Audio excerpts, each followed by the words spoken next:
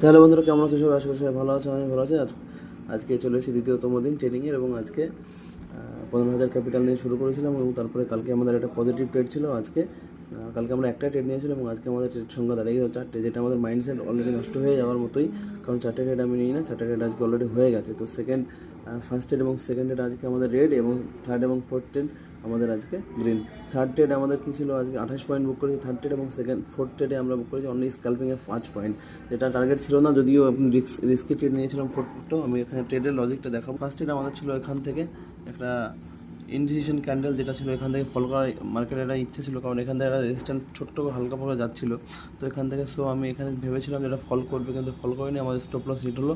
এবং সেকেন্ড এখান থেকে মনে হলো এখানে আবার যে রেজিস্ট্যান্স থেকে এখানে ফল করার ইচ্ছে, সেখান থেকে এখানে মনে হচ্ছিল ফল হবে, এখানে এন্ট্রি নিয়েছিলাম, কিন্তু এখান থেকে আবার বড় রিভার্সাল এলো।